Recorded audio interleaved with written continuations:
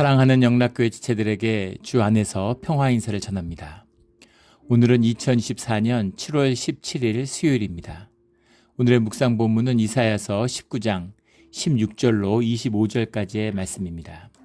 본문 말씀 19장 16절부터의 말씀은 이렇게 시작합니다.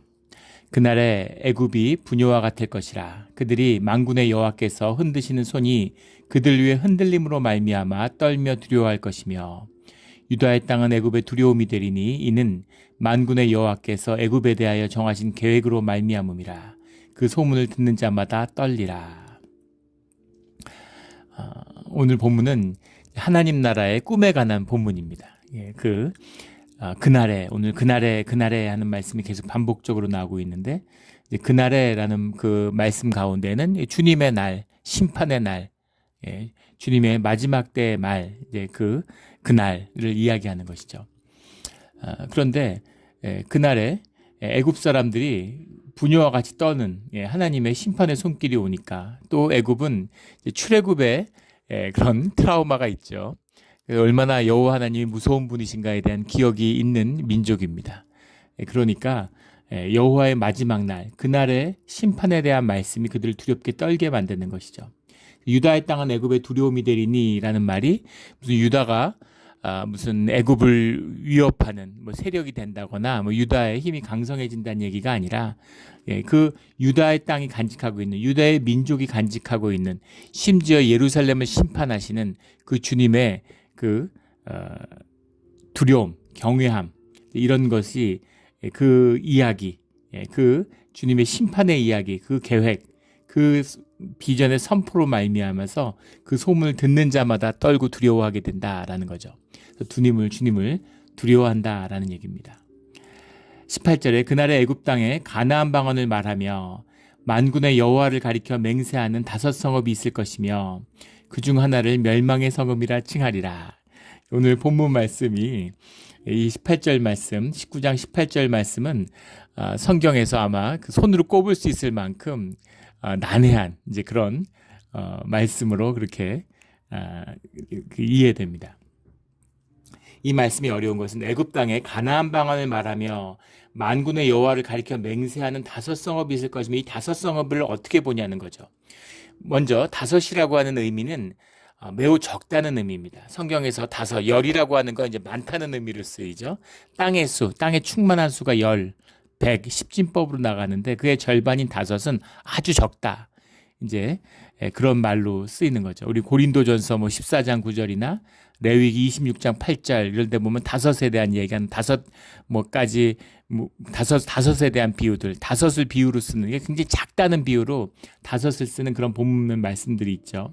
그래서 그걸 기억해 보면 5 성읍이라는 건 아주 적은 성읍이다, 이렇게 말할 수 있겠죠. 근데 가나안 방언을 말하면 만군의 여호와를 가리켜 맹세하는 5 성읍. 그러니까 이것이 역사적으로는 디아스포라 유대인들, 그 예루살렘 멸망 이후에 많은 유대인들이 이 애굽으로 망명을 합니다. 애굽과 그 유다의 관계라고 하는 것, 이스라엘 관계라고 하는 건 출애굽부터 나오지만 주님이 늘 애굽으로 내려가지 마라, 애굽으로 가지 마라. 아브라함 때부터 있는, 애굽은 풍요의 도시고 세상의 상징이죠. 그런데 거기서부터 나오는 것, 거기서부터 주님이 분리해서 구별해서 불러내셨잖아요. 그래서 홍해를 건너게 하신 것, 이게 주님의 구속의 역사의 출발이죠. 그래서 애굽으로 돌아가지 마라, 애굽과 거래하지 마라 하고 주님이 말씀하시는 건 세상으로 돌아가지 마라, 세상과 타협하지 마라, 돈에 무릎 꿇지 마라, 이런 말씀인 거죠. 그런데 항상 유다는 어려움만 처하면 애굽으로 내려가는 겁니다. 또 어려움에 처하지 않아도 탐욕에 붙들리면, 주님을 향한 어떤 마음이 흐려지면 그럼 애굽으로 내려가는 거죠.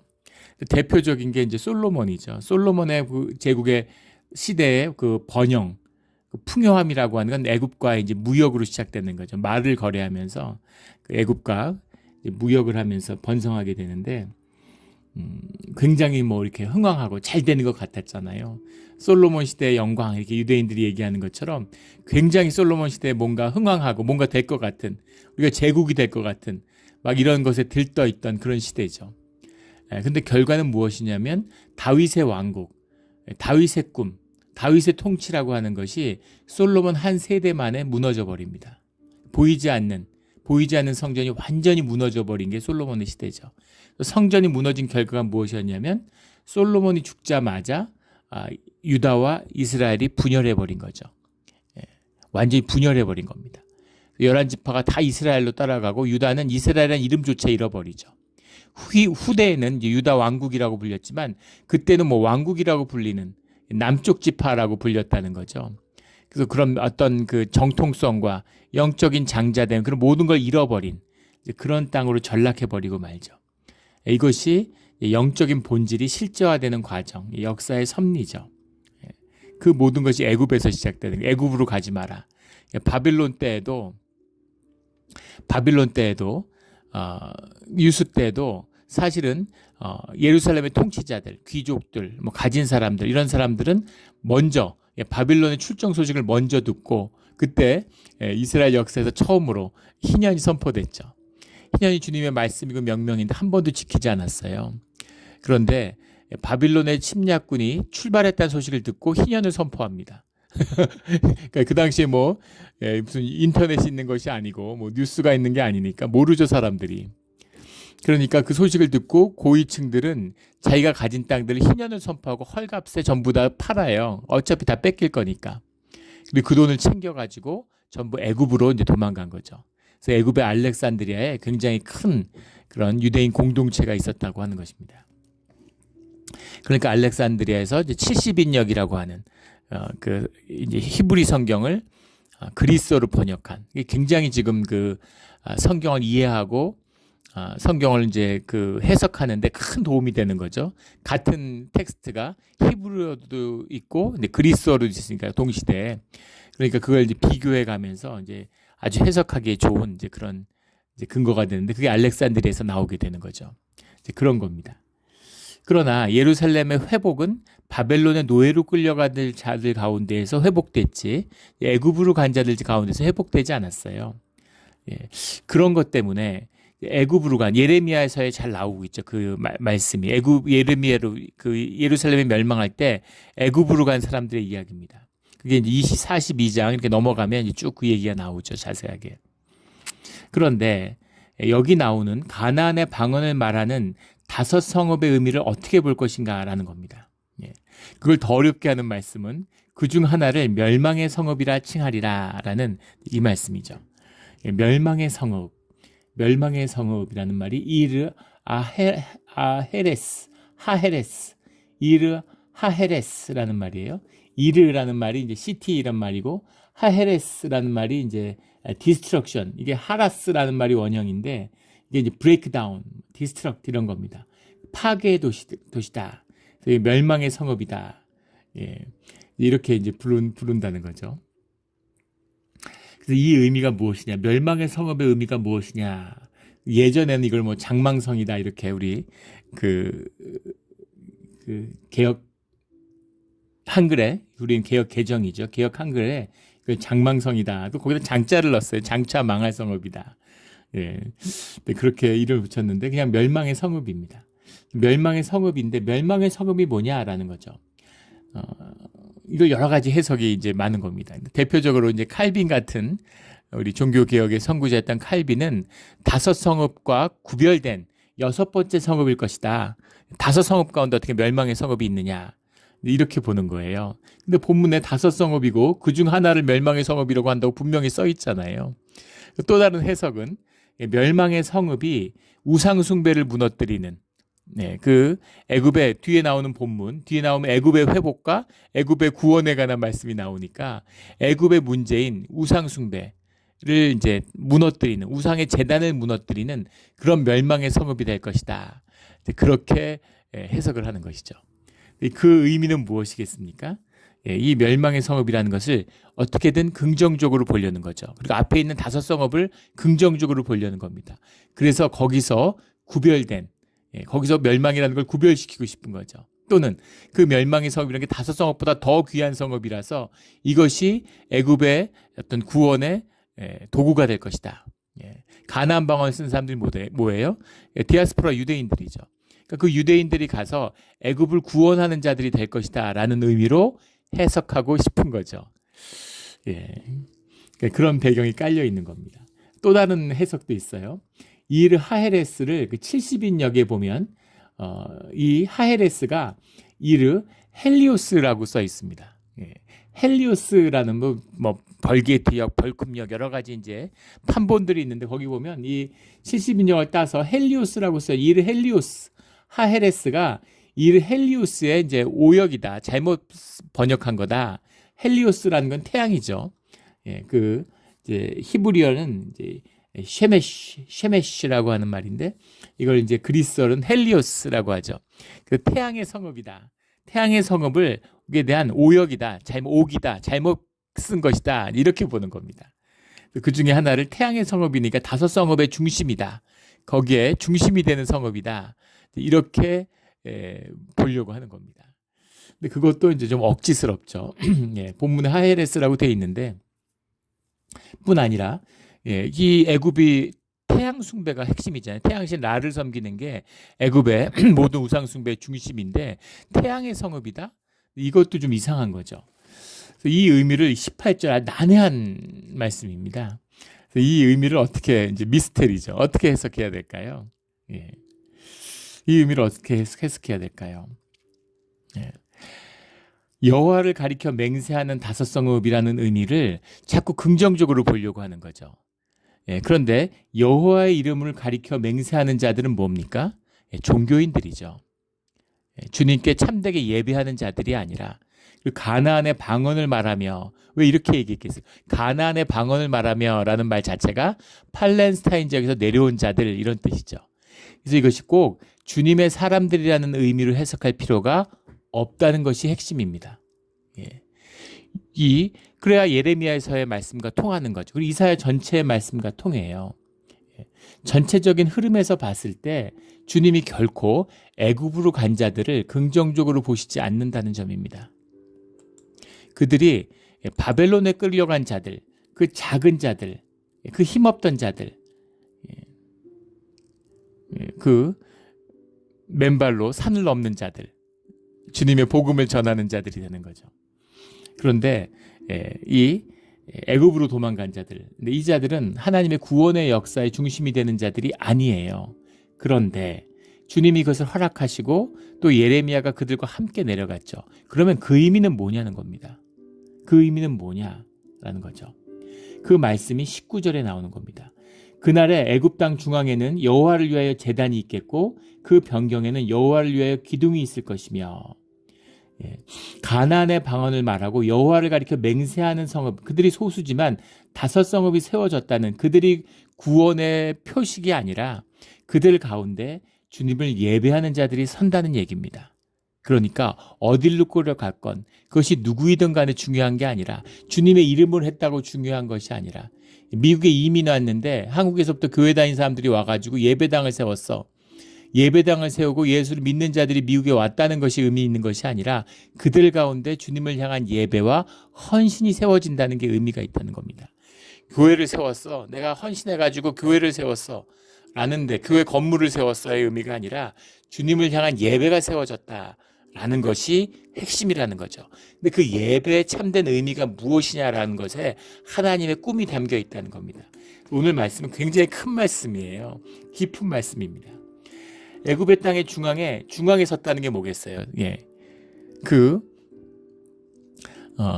태양신을 숭배하는 무슨 조선 시대에 무슨 광화문 앞에 경복궁 앞에다 교회 세울 수 있겠습니까? 하물며 그 애굽 땅에다가 여호와의 성전을 세울 수 있겠어요?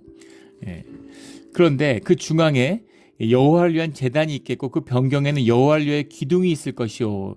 보통 제단과 기둥이라고 하는 말, 제단이라는 말은 예배에 대한 표상이죠. 예배가 있다는 얘기입니다. 제단이 있었다. 예배를 드리려고 제단을 세운 거죠. 아브라함이 제단을 쌓잖아요. 그 야곱이 기둥을 세우죠. 기둥을 세웠다고 하는 것은 이제 헌신의 의미가 들어있죠. 내가 내를 주님께 드렸다라는 겁니다. 그 제단과 기둥은 예배와 헌신이죠. 애굽 땅 중앙에는 제단이 있겠고 그 변경에는 여호와를 위해 기둥이 있을 것이요. 그 말이죠. 주님을 향한 예배가 드려진다라는 말입니다. 근데 또 이 의미를 실제 역사적인 사건으로 요세푸스의 기록에 보면 주전 2세기경에 유대의 제사장 오니아스라는 사람이 이제 애굽으로 망명하게 되는데, 그 애굽에 망명해가지고 애굽 왕에게 필로메트론가 하는 왕에게 성전을 건축하게 해달라고 이제 요청했다는 거예요. 근데 왜 그랬는지 바로가 그걸 허락했다는 겁니다. 그래서 뭐 레온토폴리스라고 하는 도시에다가 그런 성전을 세웠다라는 거죠. 근데 그 당시에는 예루살렘에 제2성전이 세워진 다음인데, 그런데 애굽에 가가지고 망명해서 성전 세운 이 사건을 뭐 얘기하는 거다, 뭐 이런 식으로 갖다 맞추는 거죠. 그리고 그것이 이제 의미가 있거나 무슨 성전을 세우고 말고, 주님이 지금 이사야서에서 예루살렘의 성전을 버리셨는데, 거기 그 부패한 그런 그 유다에서 그 제사장 하나가 망명해가지고 무슨 성전 세웠다고 해서 그게 무슨 의미가 있겠어요? 그런 그 역사적인 뭐 구체적인 그런 의미가 아니라는 것이죠. 그런 현상의 세계, 현상의 사건을 지칭하는 것이 아니라 하나님의 섭리의 뜻을 밝히는 것이 성경의 목표입니다. 그런 의미에서 이해해야죠. 물론 본질이 실제화되는 것이 역사이기 때문에 역사적인 사건으로 실제화되지만 역사 중에 어느 한 사건을 지칭하는 게 아니라는 겁니다. 이런 의미 저런 의미가 있는 거죠. 이게 뭐 아수르냐 바벨론이냐, 아수르나 바벨론이냐 로마나 뭐 그리스나 다 똑같은 거예요. 주님이 상징하는 세상과 주의 자녀의 하나님의 나라에 대한 그런 꿈을 말씀하실 때 쓰는 그런 것일 뿐인 거죠. 표현인 표상일 뿐인 겁니다. 그래서 애굽 땅에서 예배가 드려지게 된다라는 거죠. 끌려가는 자들, 가나안의 방언을 얘기하며 여호와를 가리켜 맹세하는 자들 가운데 주님께 예배하는 자들이 있는 거죠. 그들이 애굽 땅 가운데 예배를 드리게 되면 어떤 일이 벌어지냐면 20절에 이것이 애굽 땅에서 만군의 여호와를 위하여 징조와 증거가 된다. 예배가 주님의 구원을 향한 주님의 구원의 약속의 증거가 되고, 또 주님이 이 땅을 구원하실 거라고 하는 징조, 표상이 된다는 거죠. 이것이 예배입니다. 예배가 드려지는 땅은 주님의 구원의 약속이고 주님의 구원의 증거가 되는 거죠. 그리고 주님이 구원을 할 거라고 하는 현상세계를 향한 본질의 표상이 되는 겁니다. 이는 그들이 그 압박하는 자들로 말미암아 여호와께 부르짖겠고 여호와께서는 그들에게 한 구원자이자 보호자를 보내서 그들을 건지실 것이라. 그런 구원자의 꿈, 그리스도의 꿈이죠. 임마누엘의 꿈입니다. 그러니까 애굽에 핍박받는, 애굽이 유다를 핍박하지만 애굽 안에 핍박받는 자들이 있잖아요. 그리고 모든 압제와 모든 멍에를 벗기는 그리스도의 꿈인 거죠. 예수님이 이 땅에 오실 때에는 유대인들은 우리를 구원하러 오실 거야? 아니죠. 모든 주의 자녀들, 열방을 구원하시기를 원하는 거죠. 그들이 모두 주께 돌아오기를 원하는 겁니다. 그것을 위해서 이스라엘을 쓰시는 거죠. 그런 의미에서 모든 나라는 이스라엘로 부름을 받는 겁니다. 주님께 예배하는 자, 그 뜻이 들어있는 거예요. 근데 막 애굽은 버려서 바벨론을 버리고 유다는 끝까지 주님이 구원하셔. 천만의 말씀이죠. 주님이 이스라엘을 구원한다고 하실 때 이스라엘은 혈통적 유대를 얘기하는 게 아니에요. 하물며 유대교를 말하는 건 더더욱 아닙니다. 오늘날 이스라엘과 유대교는 이 성경에서 말하는 유다와 이스라엘과는 아무 상관이 없어요. 근데 마치 상관이 있는 것처럼 얘기하고, 마치 상관이 있는 것처럼 했던, 이게 이스라엘의 공공외교라고 그러죠. 70년대 이스라엘이 미국에서 펼쳤던 미국의 침례교나 뭐 이런데 아주 이런 소위 말하는 복음주의, 원리주의자들을 이스라엘에 초청하고 계속 세미나를 하면서 유대교의 해방, 유대교의 예루살렘의 회복이 성경이 말하는 구원이다. 이런 것을 같이 공유하는 그런 과정을 겪어요. 그래서 오랫동안에 이제 기독교와 유대교의 반목을 끊으려고 하는 페레스라고 하는 테러를 숨졌죠. 노벨 평화상도 받고 했던 페레스라고 하는 사람이 총리로 있을 때 이제 구상했던 이제 그런 것입니다. 역사상 가장 성공적인 외교 활동이라고 그러죠. 공공외교라고 불리는 그 나라 정부, 외교는 보통 정부를 상대하는 건데 그 나라를 상대하는 거죠. 그 사회를 상대하는 공공외교의 새로운 장을 열었다. 뭐 이런 이야기를 듣는데 거기에 넘어가 가지고 무슨 이스라엘을 편들고 이스라엘을 편파적으로 하고 이러는 것이 무슨 기독교의 무슨 목표인 것처럼 완전히 그 뭔가를 잃어버렸죠. 아주 비극적인 사건입니다. 주님은 물론 이스라엘도 품으시겠죠. 그러나 이란도 사우디도 요르단도 터키도 애굽도 모두 구원받기를 원하시는 겁니다. 근데 그 구원받는다는 의미, 애굽이라서 그럼 애굽의 무슨 리퍼블릭 오브 이집트를 무슨 주님이 구원하시려고 그러는 건가?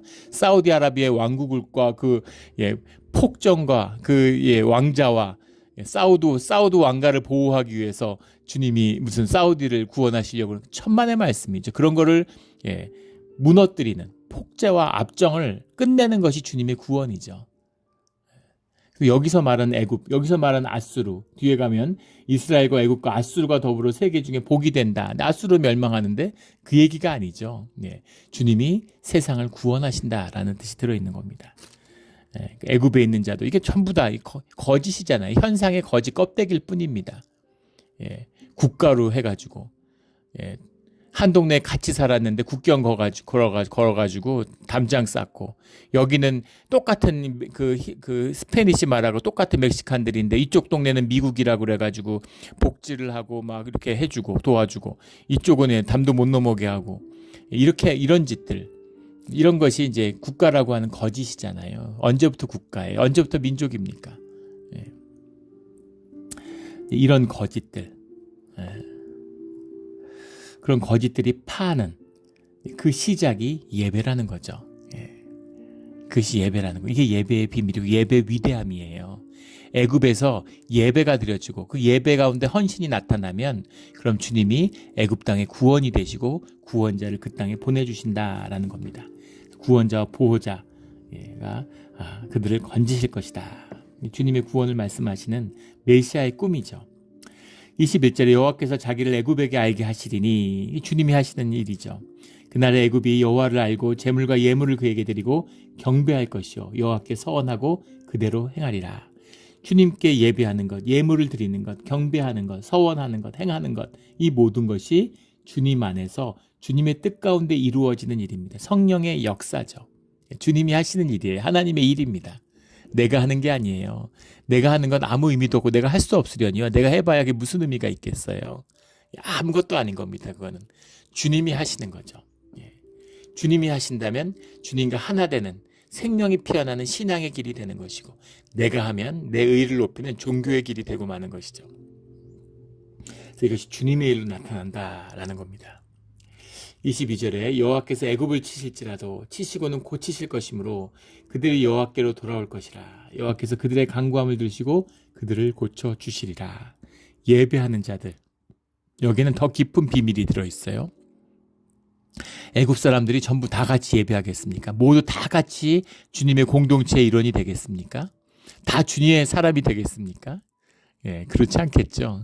역사상 어떤 나라도 어떤 시대에도 그런 일은 없죠. 그런데 그 땅에서 주님께 예배가 드려진다고 하는 것의 의미가 뭐냐는 겁니다. 이게 예배의 참된 의미예요. 이란이 아무리 어두워도, 이란이 아무리 폭정에 시달려도, 그 이란이 아무리 원리주의 테러를 지원해도 이란이라는 나라가 그 안에 주의 사람들이 있고 주님께 돌이키는 사람들이 있고 주님을 향한 예배가 드려지면 그러면 이란의 역사는 바뀌는 겁니다. 이란은 구원의 길로 인도함을 받는 거예요. 이것이 참된 예배의 비밀입니다.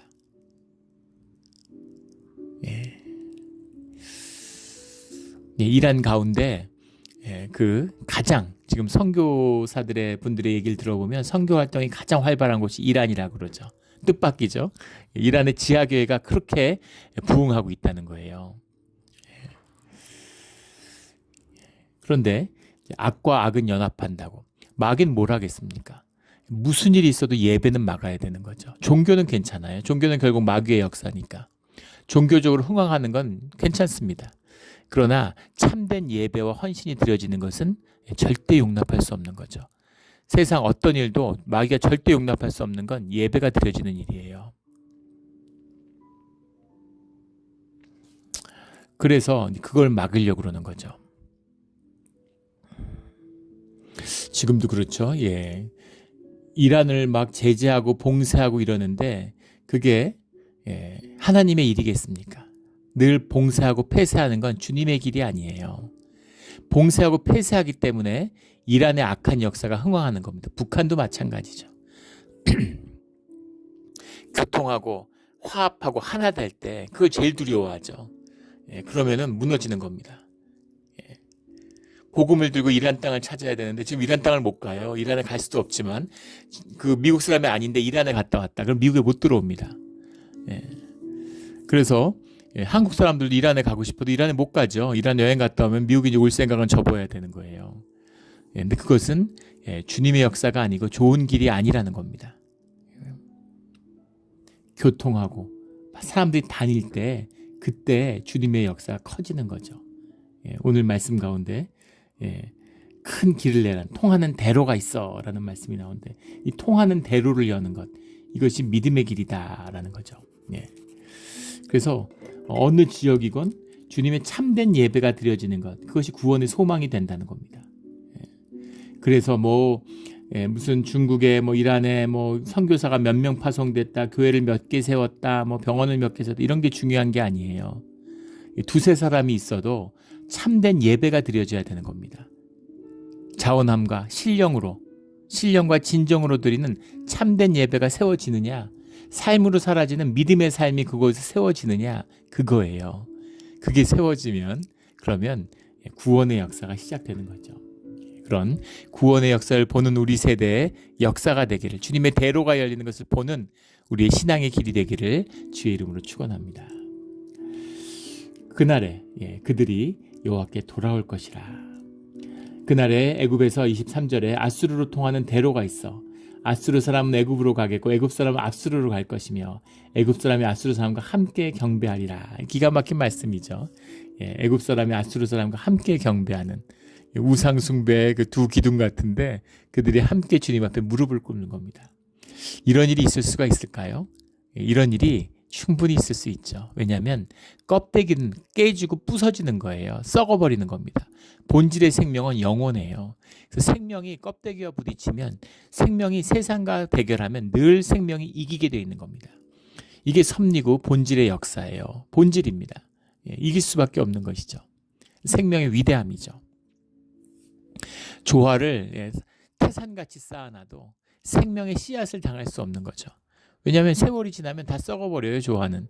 그런데 생명은 그 씨앗은 땅에 떨어져서 계속 자라고 뿌리 내고 씨를 뿌리면서 30배, 60배, 100배의 열매로 계속 번져가는 것이죠.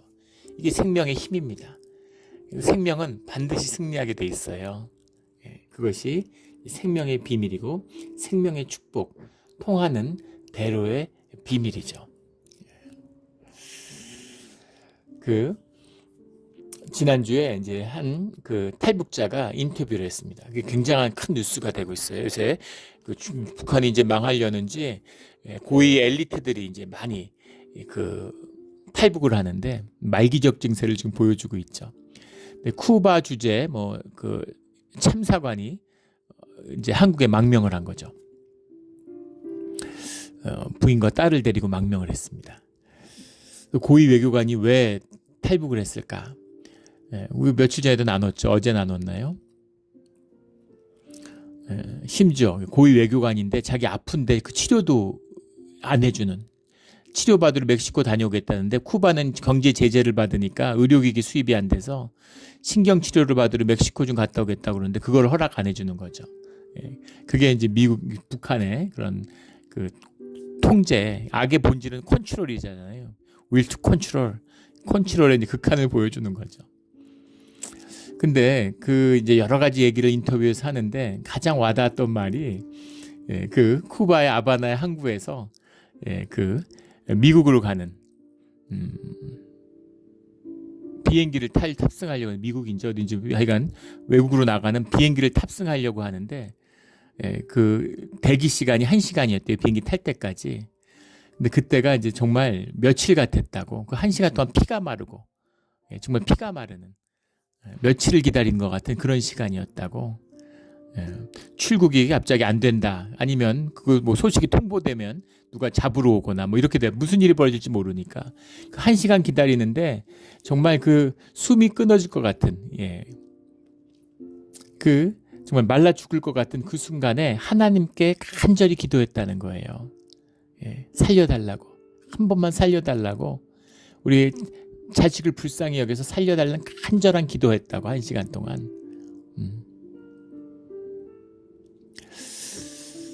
그러면서 왜 그렇게 북한이 지난 그 수십 년간 종교를 탄압하고 종교를 없애려고 했지만 종교가 없어지지 않는 이유를 자기가 그때 그 순간 깨달았다 이렇게 얘기하더라고요. 가장 그게 어떤 순간이에요? 그 두려움의 순간, 그 고통의 순간, 그 진실한 순간이죠. 진실한 거예요. 진짜인 겁니다. 껍데기를 살지만 그 순간은 진짜였던 거죠. 그 진짜가 되는 순간 주님을 향한 정말 그 심령에서 쏟아져 나오는 그런 기도를 드리게 되는 거죠. 평상 북한에서 우상 숭배하고 김씨들 백두 무슨 뭐 백두혈족 뭡니까? 그런 사람 그 우상 숭배하고 매일 가가지고 김일성 그 동상에다가 매일 절하고 매일 충성 맹세하고 매일 한다는 거 아닙니까? 새벽에 일어나면 제일 먼저 그 완전 종교죠. 이단 종교입니다. 김일성, 김정일 동상에 가가지고 묵념하는 것으로 하루를 시작한대요. 그 러시아의 청소년인데 북한에서 하는 무슨 청소년 프로그램에 갔다 와서 그 인터뷰한 게 세계적으로 화제가 됐죠. 북한에 갔는데 새벽에 깨워가지고 새벽 6시에 깨워가지고 김일성 동상을 닦게 한다는 거 아니에요? 물수건으로. 그걸 매일 했다는 거죠.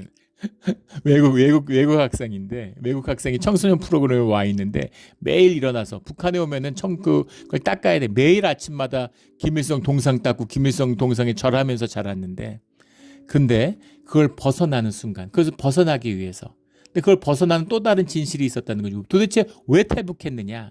근데 뭐 무슨 자유고 뭐 어쩌고 가치가 어떻고 이런 거 다 헛소리죠.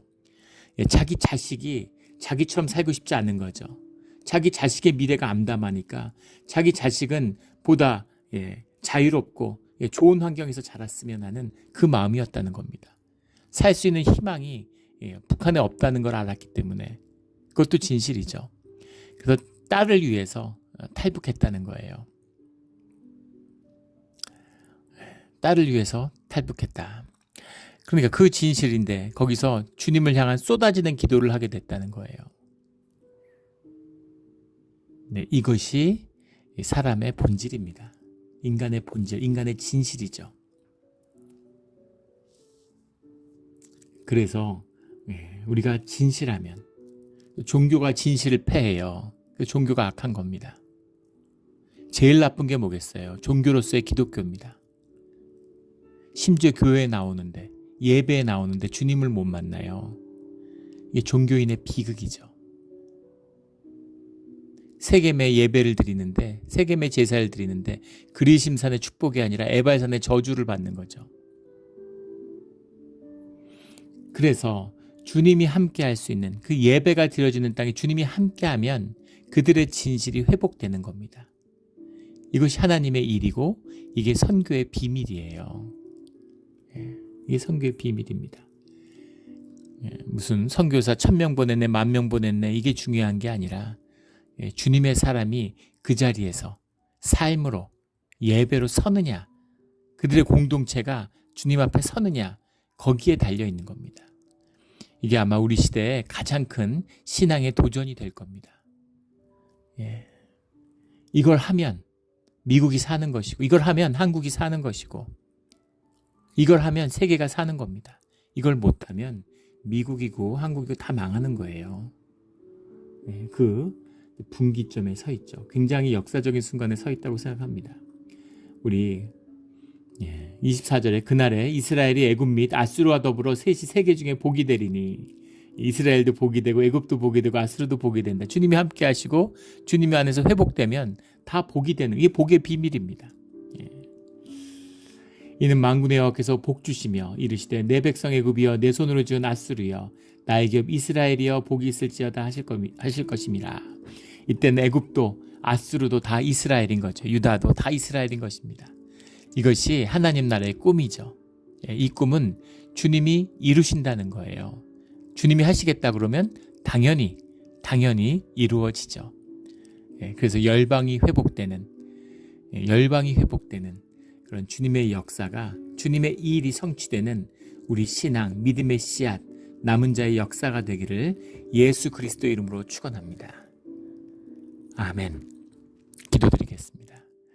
하나님 아버지 감사합니다. 오늘 귀한 말씀을 주시니 감사합니다. 우리가 마치 꿀벌이 먹고 살기 위해 살았는데 생명의 전파자가 되는 것처럼 주님의 복음과 구원의 전파자로서 살아가고 있는 우리의 소명을, 우리의 가는 길을 말씀하여 주시니 감사합니다. 우리가 이 꿈을 품고 주님을 믿고 주님과 함께 나아가는, 늘 자원하는 심령과 진실로 예배하는 주님의 공동체가 되게 하여 주시옵소서. 감사하며 예수 그리스도 이름으로 기도드렸습니다. 아멘.